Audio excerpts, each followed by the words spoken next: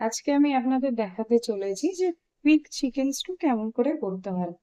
আমি প্রথমে নিয়ে নিয়েছি এখানে পেঁপে, আলু, অল্প একটু গাজর আর এখানে 300 মতো মাংস। আমি একটা মশলা করে নিয়েছি আদা, রসুন, পেঁয়াজ, কাঁচা লঙ্কা এবং টক দই দিয়ে। রান্নাটাই মাখন দিয়ে করব। প্রথমে আমি মাখনটা দিয়ে দিয়েছি প্রেসার কুকারে, তারপরে আমি এর মধ্যে দিয়ে দেবো বেটে রাখা মশলাটা। মশলাটাকে আমি ভালো করে ভেজে নিয়েছি যতক্ষণ না এর কাঁচা গন্ধটা চলে যাচ্ছে। এরপরে আমি এর মধ্যে দিয়ে দেবো গাজর,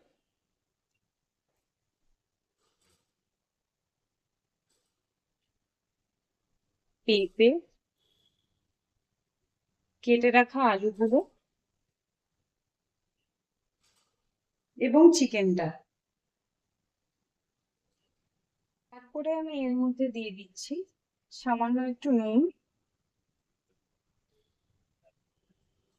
নুন দিয়ে ভালো করে আমি এটাকে নেড়ে দিচ্ছি, দিয়ে এটাকে এবার আমি ঢাকা দিয়ে কষিয়ে নেবো। দেখতেই পাচ্ছেন আমার চিকেনটা কত সুন্দর কষা হয়ে গেছে।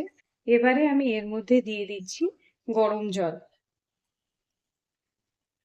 এবারে এটাকে আমি ঢাকা দিয়ে দুটো সিটি ফেলে দেবো। দেখতেই পাচ্ছেন কত সুন্দর তৈরি হয়ে গেছে আমাদের কুইক চিকেন স্টু।